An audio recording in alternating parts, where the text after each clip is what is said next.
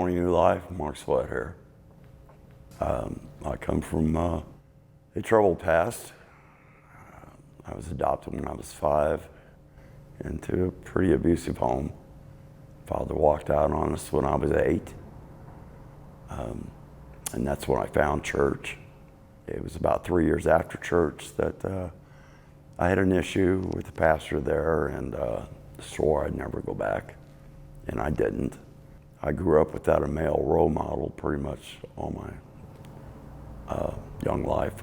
I did have one, and that was my uncle who was in the Army career, and I decided at the age of 17 I was going to join the service, and I did so, became a paratrooper, which is what my uncle did.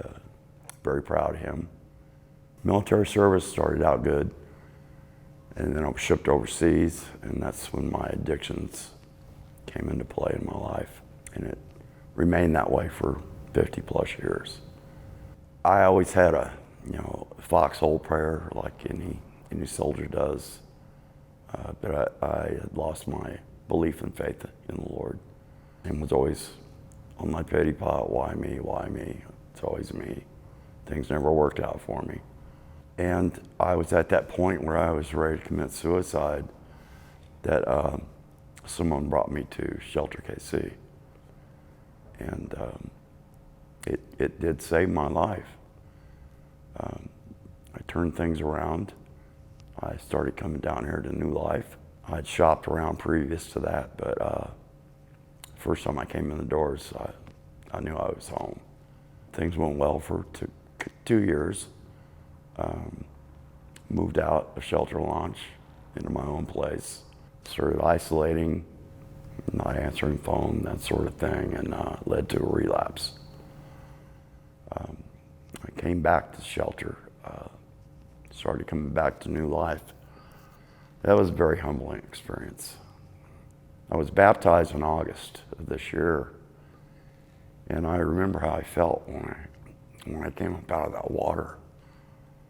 The inside was just so different. And I've been different ever since. And I'm not going to sit here and tell you I don't sin.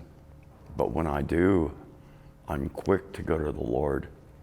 This church has given me a family that I never really had. And it's taught me, through Pastor Troy meeting with me weekly, that I've learned how to love. I never in my life really knew what that was.